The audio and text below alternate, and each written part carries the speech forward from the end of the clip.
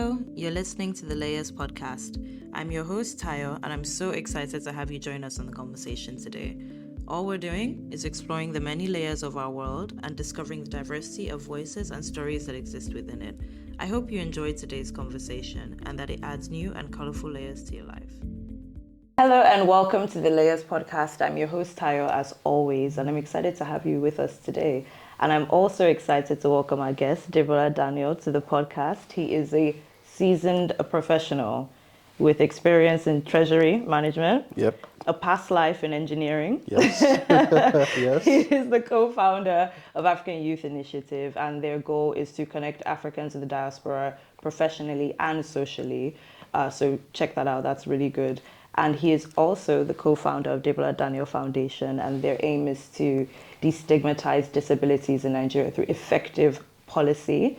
And I'm so excited to have you on the podcast today. Oh, thank you. It's a pleasure to be here today. Wonderful. We're just going to have a conversation about self-acceptance, self-love, and, as you say, embracing your limitations but pushing through your strengths. Yep. Well, welcome. Let's you. start the conversation. Looking forward to it. So hit me. Well, actually, I'm excited that you are here, and I'm excited. This interview has been in my head for like years. Years since I saw your the letter that you wrote to your 10-year-old self on your 30th birthday. My 30th and birthday. I bookmarked it because it really had it was very moving. But one of the things I thought, I will definitely read out the letter when I edit.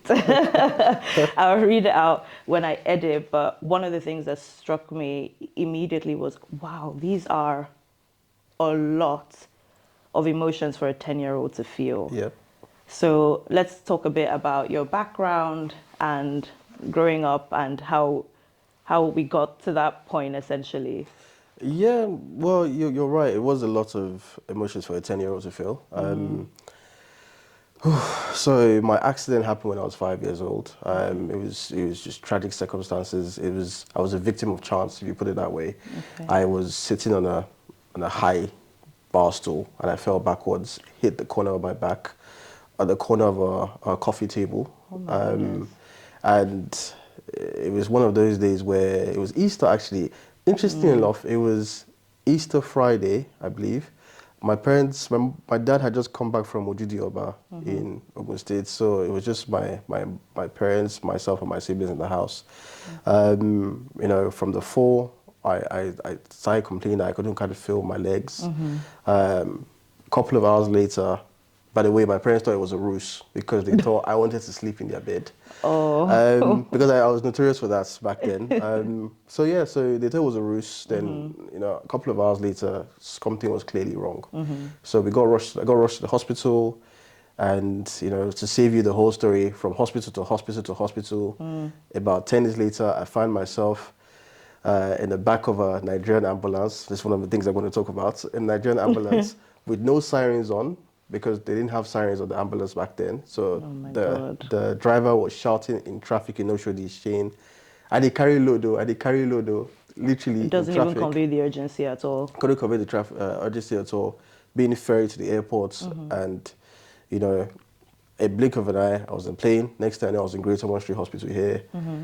Got loads of tests, loads of treatments. The doctors couldn't quite say what was wrong, apart from the fact that somewhere from my spinal cord, I think a level T10 for the technical people out there, the signal wasn't just going through. And look, you're going to have to use a wheelchair. And I remember the first day they rolled the wheelchair into the hospital room, and I remember crying and kicking out against it because at that point, my experience with disability had always been through, sorry to say, beggars on the streets, people who have been victim of Sharia crimes, for example, in the North. It was always something that I was taught and trained to avoid and not come in contact with.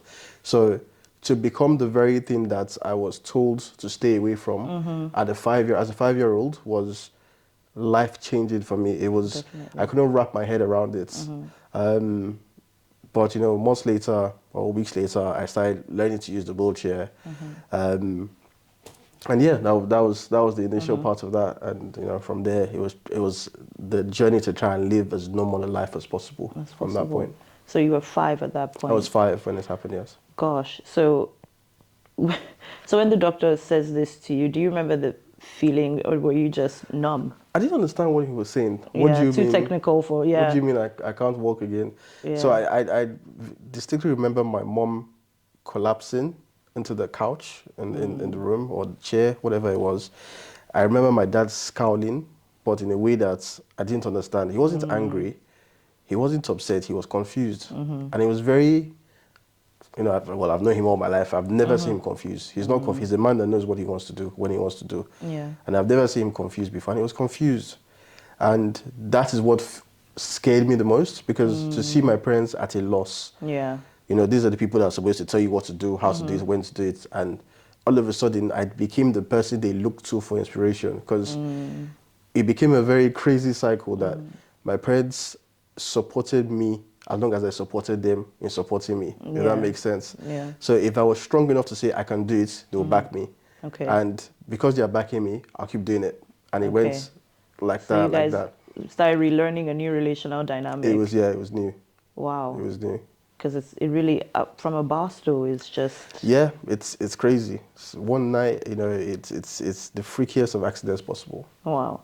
So let's fast forward to when you are now 10 and you are hoping that you're going to walk again. So there's this kind of promise, I guess, from church, and obviously being Nigerian, people be like, God forbid, it's not true. Of course. It will change. Don't worry. Like, course. I understand that. What was it navigating that period? Because you're trying to accept yourself as well. So I think the first thing is once we got the diagnosis at the hospital, it's clearly they're talking nonsense. Yeah. So we must go to another hospital, Yeah. then another hospital, then another hospital. And when all the hospitals started saying the same thing, which was, we're not sure what is wrong, but from T10 downwards, signals are not being sent through, and he has to use a wheelchair. So you come back home to Nigeria at that point. I remember when this accident happened, I was in primary 1. So, which I guess is year 7. Yeah, year 7 here. Year 1. That's first year here. Yeah, sorry. I think, old age, we're thinking it was... Exactly. That's year 1 here. So I was in primary 1, and I remember I missed, obviously, the rest of the academic year. And I got back to Lagos after a year of hospital to hospital across Lagos to London to America to everywhere. It just became a thing about, okay, let's come back to Lagos and let's try and see what happens. Yeah. And from that point onwards, family, friends are coming with, this pastor, this person. I'm not going to name names of churches and stuff that I've been to, but I've been to every single major church, pastor, bishop, imam, traditional worshiper you can think about. I've been to every single one of them. It's starting from church. So church is obviously the belief system of my family. Yeah. So we went to church, and people, would lay hands and profess to heal you. They would say, oh, the Lord has spoken to them. The first place I remember that I believed, they said 7 days. I said, okay, 7 days, I can do that, 7 days. Gosh. So day 1, day 2, day 3, day 4, day 5, day 6, day 7. Day 7, at 5 years old, you try and stand up. It's not quite worked out. You go back to the hospital. I said, this was the time I started hearing crazy things. I remember that pastor saying to me, 7 days in the realm of God. It's like 7 years in earth so realm. like 1 day is like 1,000 So years. so don't look at it that way, that it's coming. Okay. Wow, this is quite callous. Yeah, exactly. He went from frankly. hospital to hospital, and I think there was one particular, as I said, he will remain unnamed, but there was one particular, pastor that prayed. He's quite prominent in Nigeria now, and he prayed. And bear in mind, my parents were upper middle class at the time. They're not, politics they do now and everything. So to get in the rooms with these men of God cost them an arm and a leg. It wasn't easy. Wow. Because you're in a church, we're all familiar with Nigerian churches. There are hundreds and hundreds of people, thousands of people. To get yourself in a room with these people cost them crazy amounts of money, cost them crazy amounts of social capital to get there. And people would then say things, and you had faith in them. So this particular person, he prayed, and he looked me dead in the eye, and I believed him. That's the thing. He's the one that told me when you are 10. He told me 5 years, when you are 10 years old. He told me the exact day, he told me the time, he told me when you are 10 years old. And at that point, my parents heard And okay, they were still doing, going for pastor here, going to this, go to that, going to this person to pray, whatever it is. But that's what I held on to because I believed him in particular. I said we went to different imams, we went to different, whatever you think about, we've done it. If it's physiotherapy, everything, we've done it. But to me, I didn't really care about all of that because for me, it was the singular focus of this guy. Yeah. This guy has a church this big, this following, this respected guy has said this is true. There's a level of trust and authority that they have, yeah. That was what I held on to till I was 10 years old. Wow. It just so happened to be when I turned 10, we're in London at the time for summer holidays. And I remember when I woke up in the morning, I thought, today's the day. I don't even think my parents remembered what this guy said. Because it had been 5 years at this point. 5 years at the time. So, today is the day. So, even the night before, I had not really slept. I'd been willing the day to come quickly. So I had checked my birth certificate to know what time it was that I was born so that, if they say I'm turning 10, it may be the exact time I'm turning 10. And that was supposed to be 5:17 a.m. Wow. And I was awake at 5 o'clock.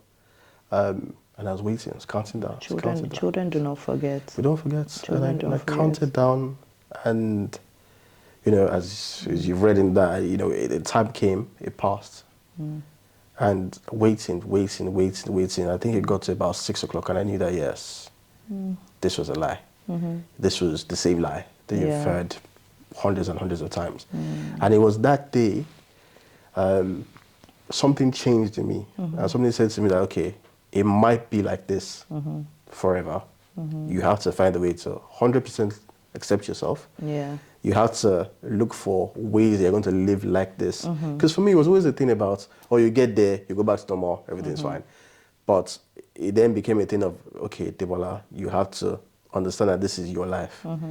You have to live like this. You have to create structures that will make you live as normal a life as possible. And that was a huge responsibility for a 10-year-old who didn't know what they were going to do going forward. Yeah. Well, it sounds like both your parents and yourself, the journey that I need to accept this is going to take a while. Because even when you write, you're like, this happened again 10 times more, I think you said? So that time, a lot more times. It's just that continuous thing of like, okay, did you move from a place of like, because it sounds like in the beginning it's just denial. This just can't be true. Yeah. Which really is steps of grief because you're grieving your old life and having to prepare for a new life that everybody is completely not equipped to deal with. Yeah. Wow. It was exactly that because, again, we're more learned as a country now, as Nigerians now, and definitely even black people, we're more exposed, we're understanding of different things. The world generally is more understanding of disability, but back then not so much. And as I said, as a young person, I was indoctrinated to think about disability in a certain way. It took a long time to detach myself from what I thought disability was. Going to school, just imagine going to school with Nigerian kids. Imagine the Nigerian parents telling their kids, don't go near that one, or don't be near that boy. That boy is this, that boy is that. All the kind of fetish things that people have said, their parents have used him to do this. All the kind of things came. And that was things I was hearing directly from people. So people will tell directly to you? Yeah, people will tell their kids. And the kids would tell me in school. And they would say this, I can't be your friend because of this. I can't be your friend because of this. And that was the seed of independence in my life. So I became to a position that I don't need anybody. I can survive by myself. Yeah. And it's almost been like my driving factor for the rest of my life, that whatever it is that I want to do, I would do it. I must be able to do it by myself.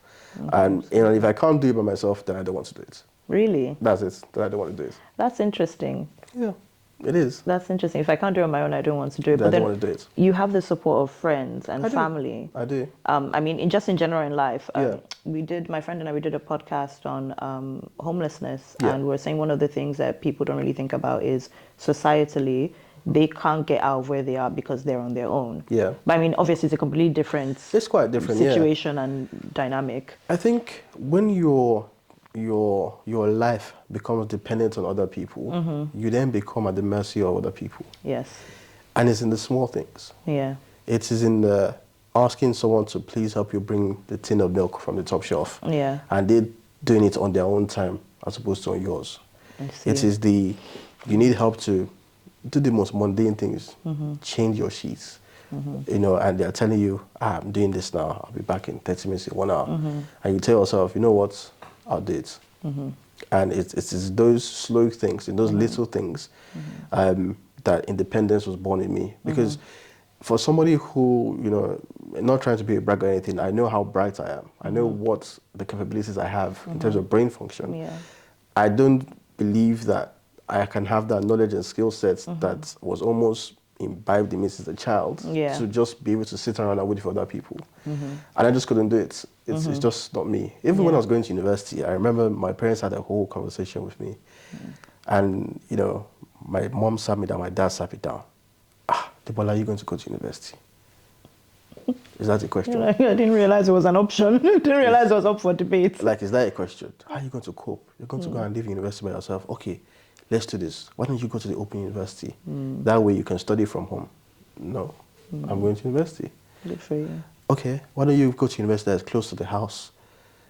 If there's a university close to the house that would give me the kind of education that I want, fine. But I'm not going to compromise what I know I can.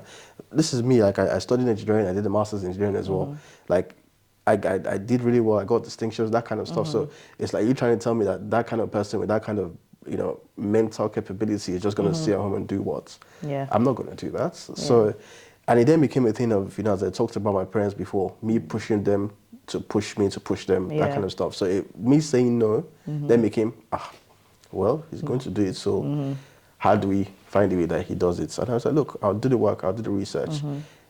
When I bring it out in front of you, all you have to say is, okay, how best can you support? Yeah. But I will still find a way and I'll do it. When I went to uni, I lived in uni by myself. I got my own student and come. They were, oh, do we get somebody from Nigeria to come and live with you? Nope. I will do it by myself. I'll do everything by myself. I'm okay. Yeah. And that's always how I've been. Wow. It seems like you've held hands through helping them trust your independency as well. Yeah, it's taking time. Like now I'm at a stage, you know, that, you know, they just see me, I'm just one of the kids, which is great now. This is what I've always wanted. Yeah. But it took a long time to get there. You know, it took me going to uni, doing my master's, getting my first job by myself. I'll tell you the story of me learning how to drive. So, yes, please. One thing I'm passionate about, apart from tech, is cars. I just like cars. It's always been my thing. The idea of being able to be in a vehicle and move from point A to point B in, you know, X amount of time so quickly has always been fascinating to me. And, you know, by consequence of that, I've always loved fast cars. It's just me. And I remember, you know, I said to my dad, I think it's possible that the person in the wheelchair can drive. And he was like, no, how? Your feet can't use the pedal. He just didn't see how it was possible. And I know he had quiet conversations with my mom, with some of my uncles, some people that I count as trusted confidants. And I remember one particular uncle of mine, Uncle Sochi, and he's someone who has always believed in me and always said, if this boy wants to do it, he will do it. Yeah. And I remember he said to my dad, let him do it. Like, what's the worst that will happen? And my dad came to the UK one time. I was still in college, so I was 18. And I think his secretary, I don't know who else it was. They were trying to sell one of the cars at the house. And they were going to Mercedes to go and sell it. And I remember SOJ was telling me, go with them, go with them. So, well, I don't want to go with them. That can't do what Daddy and his Ijebu is. You can't be lost. I don't want to really go and do all of that. And he said, no, go with them, go with them. I said, okay, fine. I got in the car. We went to the dealership. And my dad was haggling, you know, as he does. He's the most, oh my God, as a businessman, my dad is the same. Sometimes they're heckling prices and you turn away because you're actually embarrassed by it. Actual shame sometimes. But I you know, I've learned a lot from that as well. But a different topic. But he was doing his thing, and I remember thinking, oh man, one day I wish I can have that skill set because that is just amazing. And I think at a point I just left him and I started just wandering through dealership because as I said, I like cars. So if they're going to do their bits, I might as well just feed my eyes. Yeah. And there was a small, like very small, tiny little Mercedes. It was quite a beat-up car that was there. You can tell it was one of the cars they're trying to fling off type thing.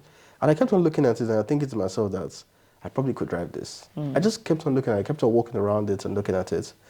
And unbeknownst to me, Uncle Soji had tapped my dad and they were watching me. And my dad came closer and said, "Do you want it?" I was like, "What do you mean? What do you mean? Do I want it?" If you want, tell the man if you want it. Like, what do you mean? Tell the man. And I said, "Oh, just go and tell the man that you want it." So I went to go and speak to the guy. They said they want the car. So they said, "Oh, he's trying to sell one." So okay, talk to them about the parts exchange and see what can happen. For my dad, it was a money-making thing. Selling a car, buying a very cheap, busted-up car, and he's going to get money back for it. Win-win. Win-win. Come with a car, live with a car with more money. Fine. Okay. So that's fine. And they ordered a car. It came. They had to, like, it was quite a beat up, so they had to, fix it up a little bit. And the car was delivered to the house, 5 days later. No hand controls. I didn't even know it was possible for me to drive. All I knew is that I wanted to drive. Yeah. I don't know it was possible. And my dad was traveling back to Lagos, I think 2 days later. I didn't know at the time that the conversations that were had behind me was, buy it. After a month or two, and we can all see that he can drive. We sell the car, and we have tried. Yeah. And it is on record. Yeah. That was what was happening behind me. But little didn't know that me, I was going to drive that car. Yeah, this car is not going back. So all the money I had saved, all the little change I've been saving, I didn't even realize I was saving for this all these years. It was, I started calling different places and I got somebody to come and fit a bespoke hand control system. It cost about £400 at the time. And that was literally all the money that was worth as an 18-year-old. All the £400. They fixed it up. And when the guy fixed it and left, I remember getting into the car. At this point, I didn't even know how to get myself in and the wheelchair in the car as well. Yeah. All I knew was that I could get in. So, the way I came on this chair, and I kind of slid across the driver's seat, started the car. I remember my younger brother, Maiwa, who I mentioned in the Instagram post, he said to me, "Oh, you shouldn't be doing this." I said, "I know I shouldn't be, but I will do it." Sometimes that's the pull. It's just like, let's just see. Yeah. And I put the car in drive. My parents went around. It was just me and Maiwa in the house. And I came out the road. We live on a very quiet road, so luckily for me, there's no cars. And I remember turning left, and I went down the road because the road is a dead end. So clearly, it's only the residents that live there. Yeah. So I went down very slowly. I set the limiter of the car to 20 miles an hour, just crept all the way down, came back, go home. I'm alive. Okay. Like, okay. Tomorrow. Go for that tomorrow. No, tomorrow, when they did it, came back. I'm alive. Okay, third day, fourth day, fifth day. I think after a week, when I came out of the house, I turned right next time onto the main road. And I went there and I didn't have a license, I didn't have a provisional license, I didn't have anything. How are you doing this, by the way? I know it's illegal, I'm sorry. It's fine, we over here we're a bit... and I did it and I drove down. It was more of an A road and I was scared to my bones. You have not even, you don't even know how to drive, so really you're just winging it. I'm just winging it. So I'm just the rules are don't hit anybody, nobody should hit you, and obey the red lights, literally. That was all I was telling myself at the time. No road signals, nothing. Wow. And I remember I got to the roundabout, I was down the road, and I came back. I'm alive. Okay, all right. A week later, I went down to the local McDonald's drive-thru. I made it there, I came back. And once I came back and I made it there, the following Monday, I started driving myself to school every day. Good for you. When did you get your license? A year later.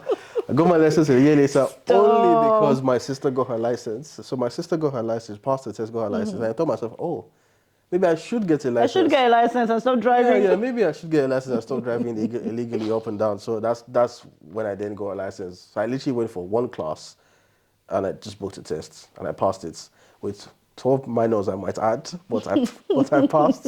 But I passed, and that's how I started driving. And my parents came back. Obviously, all this time that I was driving, my mom would just be looking at me, "Oh, you can't drive, you can't drive." I was like, "I can't drive." I'm sure it was a very proud moment. It was a proud moment for them, and ever since then, I've become the designated driver in the house. I'm the one. Well, you played yourself. I did play myself for that one. But you played yourself, and it benefited you. Yeah. I imagine that experience, because that is really, I'm taking my own independence, and you had it in your Yeah, heart to do. Like, yeah, I think that story is amazing. yeah. How did learning how to drive add to your confidence? The world was my oyster. There was nowhere I Freedom. couldn't go. It was freedom. Now, Yeah. think about it. That was the ultimate freedom. You think about public transports around, it's not the most accessible. Some places are better than others. So it meant, oh, I couldn't go some places, or, if I had to go somewhere as a taxi, dependent on someone else. That whole mentality of I'm dependent on TFL or dependent on a taxi driver or something. That meant if at 2 a.m. I felt like going to Scotland, all I had to do was make sure I put petrol in my car. And I could go. And that was freedom. Do you drive in Nigeria? I do drive in Nigeria, yes. Okay. I'm sure it's a little bit trickier. Funny enough, no, not No, really. I mean just in terms of like parking, navigating out of So that. in Nigeria, it's just the places I go there are more limited. Okay. I'm not the most free in Nigeria the way I am here, simply because the infrastructure in the country is still lagging behind. And I guess that's one of the things that the foundation is trying to do at the moment, because we're trying to see how we can, impact policy and influence policy to make things more accessible, Yeah. for people who are like me. And it's something I'm really passionate about. I've always been, Nigeria is, to me, I'm not unaware of the privilege I have, from my parents, from the resources they have. I'm not unaware that, me being as educated as I am as well is a privilege. And living in a country like this is also a privilege. I'm very aware of that, and I try as best to give back where I can. And obviously to some people that's never going to be enough, because you're just who you are. But in every way I can, I do. Like if I can, assist anyone who's it's a kind of a knowing thing. Like I have this persona of, like, I call myself Twitter Robin Hood. So I don't like to virtue signal, and I'm not a big fan of that. I'm not a big fan of performative behavior. Yeah. But I'm one of those people that scour through social media and see people who have challenges, and I help people anonymously. I don't like people to say, oh, he did this, he did that, because people think you're trying to make yourself feel good. It's not the case. I do things not for the glory or the praise. I do things because I really want your life to be better where I can. So I try and do things as anonymously as possible. Okay, that's good for you. Good for them more than me. No, I mean, good for you that, because sometimes I think there does need to be some level of humility when you help people. Yes. Because as human beings, it's the reinforcement that if you do something good, then you're a good person. And sometimes you as the doer, like, there are just more layers to that. Yeah. Yes, of course. It's for me, it's all about being aware of your privilege, and sometimes people are not. They just aren't. I look at Nigeria now, and I look at the things that happen in and around the country, and I feel like some people have lost the essence of just being human beings. Absolutely. It's such is the way that life is, or the earth and social class has been created, that there's always going to be a certain class that is the upper, the middle, and the lower class. It's just how it is. But doesn't mean that everybody doesn't have a fair, or doesn't have a right to have a fair stab at life. Yeah. Do you see what I mean? And where, if I can use my privilege in the smallest of ways possible to make people have an equally fair stab at life, even if it's to get you a wheelchair, or to make sure you can learn how to drive as well, the way I did, or to even make sure you can get a bit of an education. I always find a way to do that. Or even employment. That's a big thing. Yeah. Anything that one can do to help people. It's always, for me, it's this whole analogy of, when you go through the door, make sure you leave it open for people to come through. Yeah. Anything I've learned to be independent, or anything I've learned to make myself self-sufficient, I try and teach people without, being so righteous about it. But, it is possible. You can do it. Yes, I do have a lot of privilege in getting to my point, but it's not impossible. Yeah. I want to ask a question about something you said just a few minutes ago when you said to help people like me. So coming from the perspective of, you had been taught, okay, these are people that you kind of avoid. And to be honest, growing up in Nigeria, those were really the only disabled people I came in contact with. To be honest with you, I had maybe classmates that either were deaf, so they would wear hearing aids, but that was literally the length and breadth of that. And then, so in many ways, there's kind of this separation where they're just there, they're where they are, and then you're where you are. But now, what was that process for you accepting, actually, we are together? Like, because it's kind of a leveler. It doesn't matter, like you said, if you're privileged or not. People are still going to say, don't play with him because his parents have done, It's still the same. At my big age, I still get that, people saying, don't this, don't do that. And I think for me, I think it came from a young man I met at the airport one time. And in a haste to get out of the airport, I remember some of the security of the airport security were trying to push him out of the way. And I was wondering, why are they pushing this guy out of the way? And I stopped. I said, "Oga, please, why are you pushing this guy away?" He said, "Oh, it's not supposed to be here." And I asked him, "So am I supposed to be here?" I said, "Oga, your own is different. How so?" How so? That was the question. And I said to, "How so?" And bear in mind, I'd stopped, so I began to cause the scene. So I was like, "How so?" And people started turning at, "What is it?" And I said, "Look, the problem that you have is that you people, you look at wealth and look at status and you worship that as opposed to looking at people as individuals." If I tell you the kind of experience that I get in Nigeria before people associate the name or the potential status to it, it's ridiculous. I remember going to get my passport done one time, and it was just a normal person. I went there, normal person, t-shirt, jeans, the way you do. And to get into the office was first of all a nightmare, because why a crippled person is looking for passports? Where are you going to? Sorry, your guys, are your business. That's first. First of all, what is stupid statement? What is stupid thought process in the first place? So, that kind of thing happened, and, you get to people, and first of all, Nigerians, and it's not everyone, obviously, but there's a subset of Nigerians, and there are quite a lot of them that don't know how to relate with disabled people. I still find that people, when they want to talk to me, talk to people next to me, tell him to do that. Can he write? Can he talk? And I'm there, I'm listening. I get that every single time I'm in the airport, I get that. Every single time I go to any official location in Nigeria, I get that. It's so all disturbing. the time. One of my favorite spots when I was growing up, like everybody in Lagos, was Silverbed at the time. And I remember in Silverbed, that was the only cinema back then, so everybody used to go. And I remember one time I was in the cinema and I was in the lift. There used to be a lift operator that used to have to, I don't know why, but they had to push the buttons for everybody. What a throwback. I remember this. Do you remember that? Yes. So there used to be a lift guy in there who used to press the buttons for everyone. I never understood why. Such a waste of time. Waste of time, waste of resource. Anyway, let's not go into that. And I remember getting into the lifts, and first things first, for some reason, everybody used to flood the lifts as if there wasn't an escalator or there were stairs.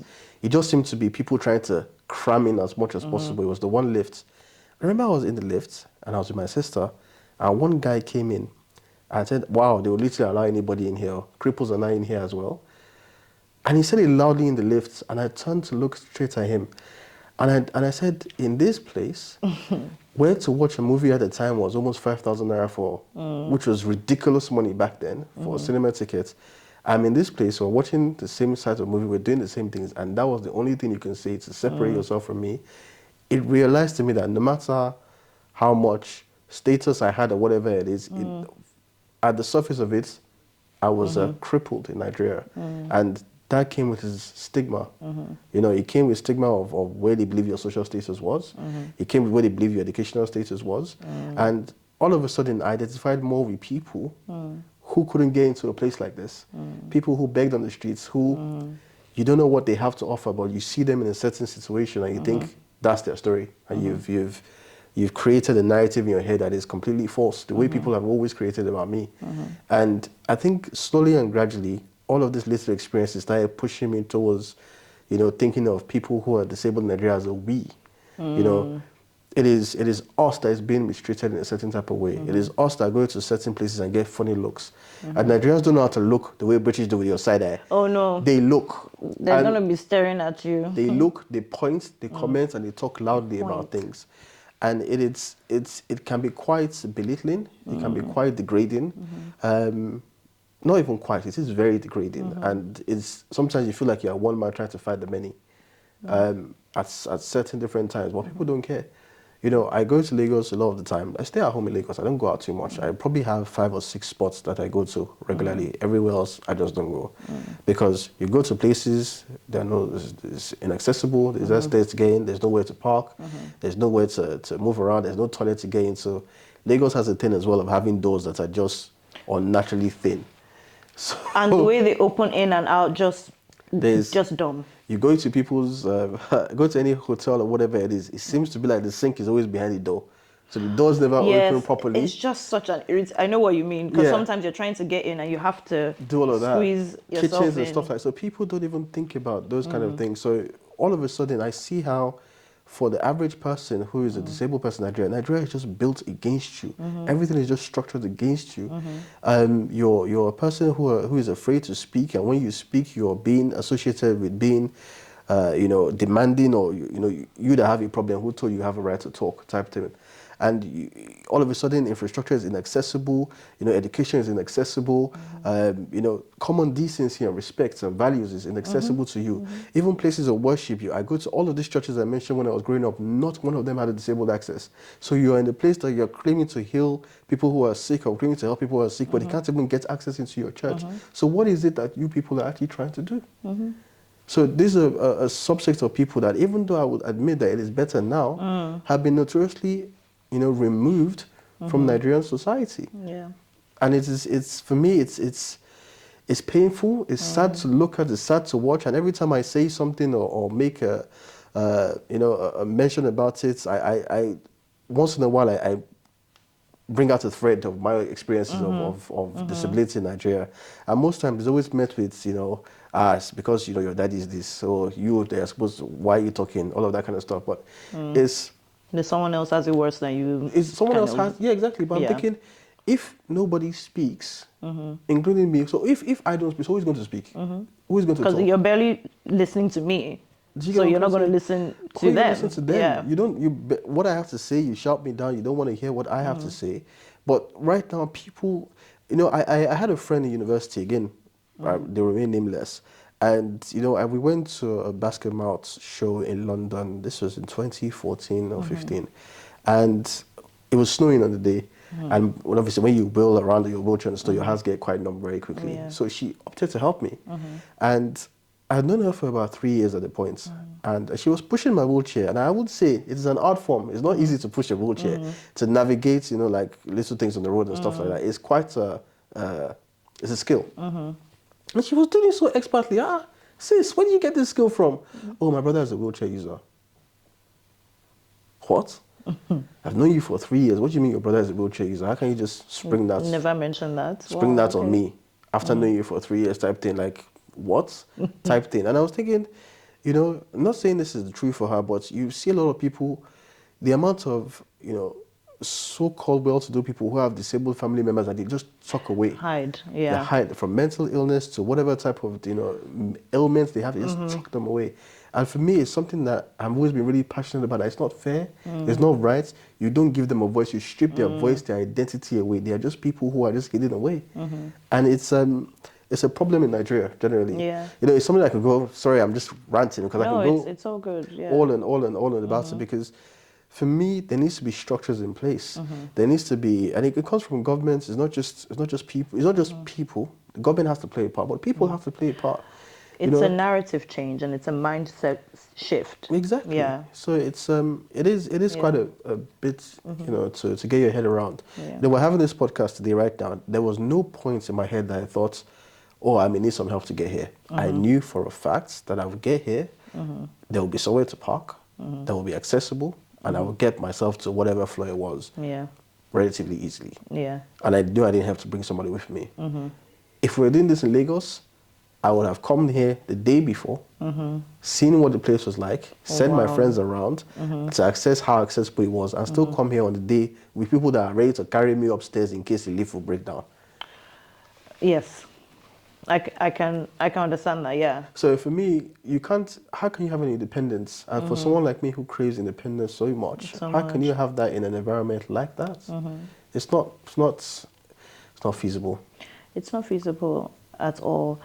I wanted to talk about, with speaking about the churches and things like that. It seems like on your own, you have your own personal relationship with God. Now, in terms of Nigeria and how obviously we've spoken about how we see disability, how did you get to a good place personally versus, because there's a lot of, I think there is an integrity issue and there's a harmful worldview sometimes in Christian circles that anything that is not the norm needs fixing and it needs healing. And there is that, okay, it's fine, Jesus wants you to heal people, but at the same time, being able-bodied, being, straight, being whatever, these are not barriers to God. Yeah. If anything, biblically, you see Jesus kind of go into those spaces. So what was that like for you, being like, there is this, but I also want to have this relationship and not Yeah. conflate the two? Yeah. So I have very two distinct relationships with religion. There's my relationship with God, and I am a devout Christian. I believe in God. You know, I follow religion. I follow my religion very closely. But I have a separate and distinctly unpleasant relationship with the Nigerian church, or the churches that live in Nigeria. I first of all, personally, it's the thing for me to, I'm just against churches of praying for, churches of prosperity. I'm against that. Yeah. Because it says to you that you're not okay where you are, you know. And for me, I think God's view or God's will for us is to be able to live the life to as full as you can, whatever it is your way, and to understand that ultimately there is a reason for everything. Now, as I said, my relationship with God is distinct, separate, and I'm comfortable with that. Now, bringing back to my relationship with Nigerian church, I think for me, as you rightfully said, you can't claim to be a place where you're trying to chase perfection in the way you see fit as a church, and not even allow the people you're trying to perfect have access to these spaces. And I think people care too much about healing as opposed to building a relationship with God. That part. And I've always struggled with that because I come to your church with no belief system in how your church operates, and I just want you to touch me and get healed. It's not magic. If it was magic, you know. It's very transactional. It's very transactional, and it shouldn't be that case. If healing was to come, if God is going to do things for you, when it is your relationship with Him has to be a certain level. It's not forced. God is something that is, He's someone, an entity that is personally encountered. You know, He manifest in your life in a way that you understand that He exists, not because a pastor is choking it down your neck. And again, I don't think there's space in the Nigerian church for people to have relationship with God in a unique way that they feel comfortable in. It has to be indoctrinated, set type of way, almost like going to military school. You have to pray this way, you have to fast this how many times. Even the tongues sound the same, and this is not coming for anybody's gift of tongues, but even the tongues sound the same. Come, let me teach you how to speak in tongues, and it's a gift. How can you say you want to teach me to speak in tongues? You can't teach me that. It is when somebody is filled from the Bible, when you are filled with the Holy Spirit, and it overtakes you. You can't teach me to be filled with the Holy Spirit. You can teach me to build my relationship with God, and that's what they should be doing. So when a church begins to preach too much about, bring your sick forward, there's a famous, you know, pastor that passed on recently, that was his whole church's MO. Sick people from internationally just come, and I have a very, so I can name him because I don't like what they did. So the TB Joshua Synagogue Church of All Nations, what they did, because I went to that church a lot of times, and what they did was a mockery of Christianity. It was a mockery of people who had diseases, who were sick, who had things that were not going right with them. They used them to display, they used them to show off, to stunt. It was a terrible thing. It is a terrible thing if they still do that. I don't follow the church. Yeah, I don't follow them either. It is terrible, you know. And it's not right that you would take people at their deepest, their saddest, their most vulnerable moments, and you exploit them. It's exploitative. It is almost cultish in the way they behave, some of these churches, and it's not fair. Very much so, yeah. It's not fair. When people are down and they're disabled, they are some of the most vulnerable states they've been in their life. I know some of the vulnerable states I was when I went to some of these places. And your job is to tell me that, no, God sees you as you are.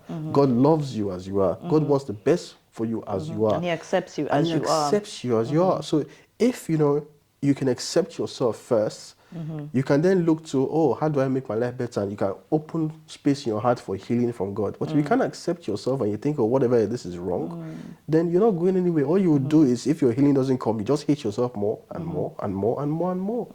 And for somebody who has been through it, I know what it is to hate yourself. I know what it is to look in the mirror and want to yank your skin away from your bones. Because you see yourself, you see your friends, your siblings, your people around you living full lives. And you see it every day. You don't get a small dose of it and it goes. Every single day you see it. You see people living the life that you think you want to live. And you're not even in a state of being able to accept yourself. Then you go to this pastor or go to this person and they're telling you that, you know, yes, it is true. it is a disease in you, it's a spirit in you, it's a this in you, it's a that in you. They are reaffirming your belief that you are not worthy of being accepted. And it only comes through your healing. Only comes through your healing. And for me, that doesn't make sense. It's as simple as that. It just doesn't make sense. So if a church cannot teach you to love yourself, accept yourself, and open up your heart to have a relationship with God, then I don't know what they're teaching you. That's my own position on this. I agree with you. And that is, you see, for me, and that is because our country is a very secular country, that is a very controversial position to take because people, for them, it is God above country, above your individual rights. And that's nothing wrong with that. But your relationship with God is personal, not a public thing. That's for me. I agree too. I think there's an integrity issue because I'm sure that there's some people that might listen to this and be like, yes, but we can still pray for healings. Okay, yes, you can, but you need to be able to understand where God is perfectly pleased and happy with this person just as they are. Yeah, you can't. And the problem is our inability to integrate well with people and to... I was going to actually, a quick segue. Yeah. I was going to ask a question. So I was watching a show the other day and someone was like, something about, African Americans and, women of color. And I was like, are you struggling to just say black? Because that's annoying to me because you're going from African American to person of color to all this long story. And I'm like, the person is black. Yeah. And just say that. Yeah. So there are different words that people use, differently abled, physically challenged, etc., etc. Do you mind the word, or are you similar to me? You're like, just say disabled. That's what I am. Like, just say that. I'm just disabled. It's not a slur. Yeah. It's not an insult. It's nothing. It is what it is. Now I do leave room for people, to say, look, it's almost like this, almost like gender. It's better you ask and see what people feel comfortable with. For me, I'm disabled. As simple as that. I'm disabled. If you want to say physically challenged, if that's really what you want to do, it seems like a mouthful. But okay, if you want to go differently abled, okay, if really that's what you want to do, that's fine. You're wasting your time and my time because I know what I am. I am a disabled person, and okay, we go through cycles of words. At a point it becomes a slur. There was a time when black was a slur. Then it became, person of color is a bit of a slur. So we kind of go around in cycles. Long story. So I think it's a language thing as opposed to anything else. So for me, I'm quite open with whatever you want to call me. Apart from crippled. That's the only one. No, I mean, I feel like that goes without saying.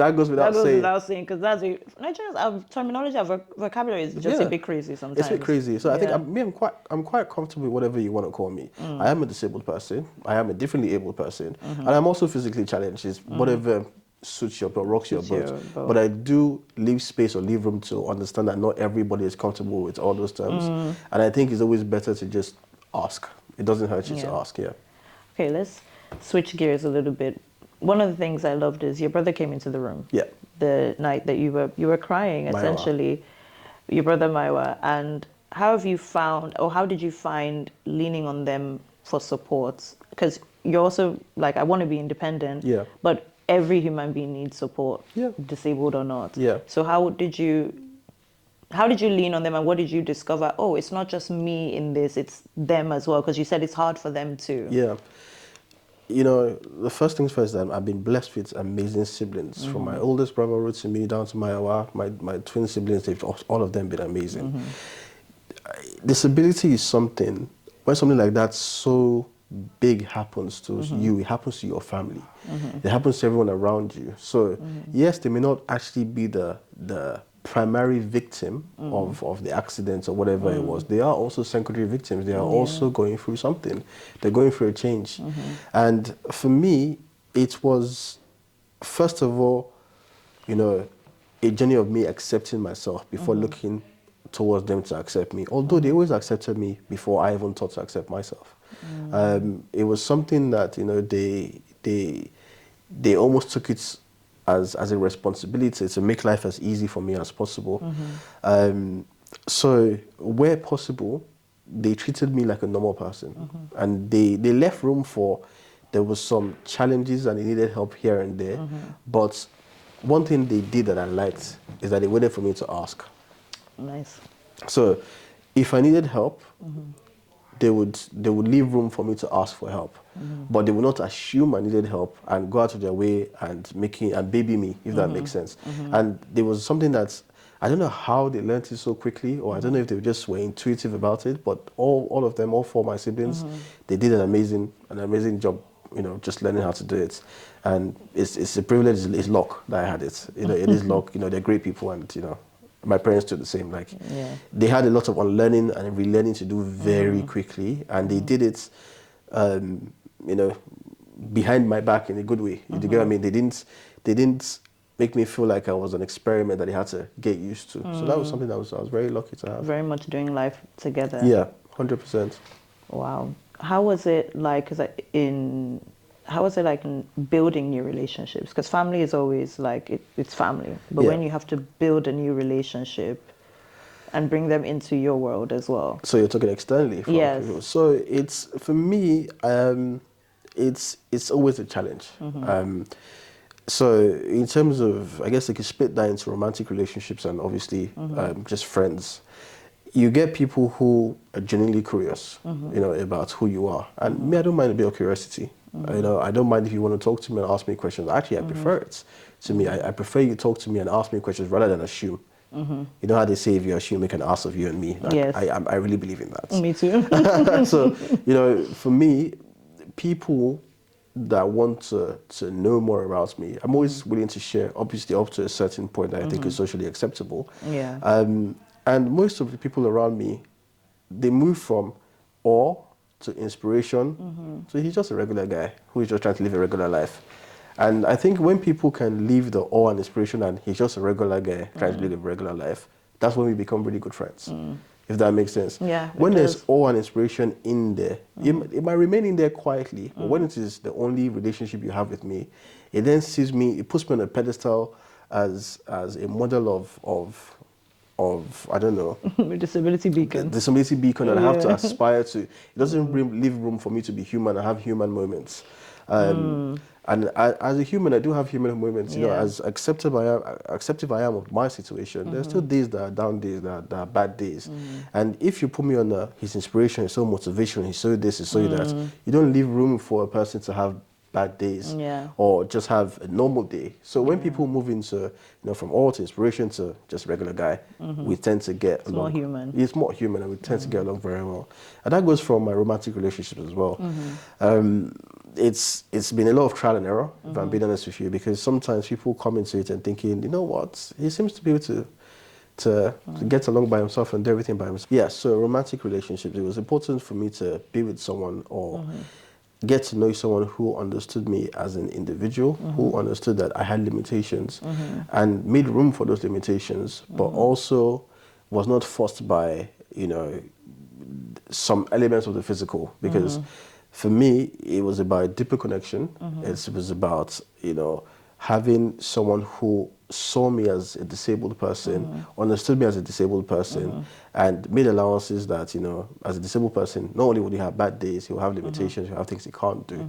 And on my own side as well, for somebody who is so fiercely independent, it was about opening up yourself to being slightly dependent. In a successful relationship, there has to be some codependency. And if you don't let room for that, and that's some things that I've had to learn, if I don't let room for that to happen, then what happens is that I become an island. And those are the downsides of being, too independent, if that makes sense. So romantic relationships for me has always been a case of trial and error, if I'm being honest with you. Some people we just clicked, and some people we clicked for a while, then didn't click anymore because aspects of disability go in the way. And it can be anything from the, as I said, holidaying, going to some certain places. Sometimes it's a cultural thing, whatever it is, it always is the case. I've had relationships where when things were going great, there was no problems, then some funny auntie from funny place on the lady's side will say, we are dating this young man, don't you know this, don't you know that? Then it then adds this. So you need, dating someone who's disabled, you need to also have a mind of your own and decide what you want for yourself. Because if you let people speak in your ear, they will tell you things that would sway any human being. Do you get what I mean? It's one thing I've always said, that if I was completely abled and someone who was disabled tried to date my sister, what would I be saying to my sister? Do you get what I'm trying to say? Like, I would like to think that with the knowledge I have, with the person I am, I would advise her to do what her heart suggests and to be real with herself. But would I really? With all of the indoctrination that we had growing up, would I really have said that? Won't I have said, are you sure you want to do this and this and this and that? So I have to make room to understand that, you know, there are flaws in humans that I would have had as well if I didn't have this condition. It's true. I often say that most people only really confront disability when they have a child that's disabled. It's probably their one or a sibling or something. Yeah. Most times they won't really confront it. Yeah, this is very true. Were you nervous when you were dating or when you started dating or thinking about Very. the one that I might not find someone? Very. She might not accept me. Yes, very. But now you're married. Just I'm to married give now. context, Yes, he's I'm married married. So yes, I was very nervous when I started dating. I was very unsure of myself because I had created walls to protect myself from, you know, unnecessary emotions. I've also created walls to make sure that I didn't feel vulnerable in a way that people could use that against me. So it was first of all hard to let people in through that. Then some people came in and abused that privilege. It's just how It's people life, are. it happens, yeah. And some people also came in, looked around and thought, that's not for me. And also, you know, left, and that was fine. But ultimately, you know, for me, relationships and being vulnerable was just tough. It literally was tough. It was something that I had to still my mind and tell myself that, you know what, just keep going. And it got to a point actually that just before I met my wife that, you know what, this whole relationship thing, it's not really for me. It's not really for me type thing. I'd gone through like a phase where, maybe like a year phase, I got out of one relationship and I said, you know, I wasn't even interested in dating anyone. I just wanted to get my money up. I just wanted to work on the projects I cared about. And, you know, my wife came out of the blue. It was, I didn't see her coming. She didn't see herself coming. We both didn't see it coming. And we got married pretty quickly actually. But yeah, it was that kind of, when people talk about soulmates, it was that really. Wow. It literally was that. Because if not for her, I don't think I'll have seen myself, at least in the short term, in the dating pool for a while. Wow. Yeah. So how's the vulnerability now?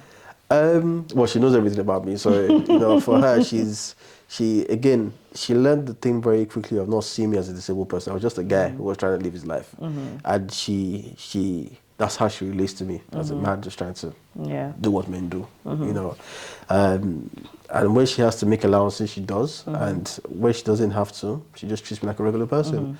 And because of that, we just get along just fine. We've never had a problem disability related.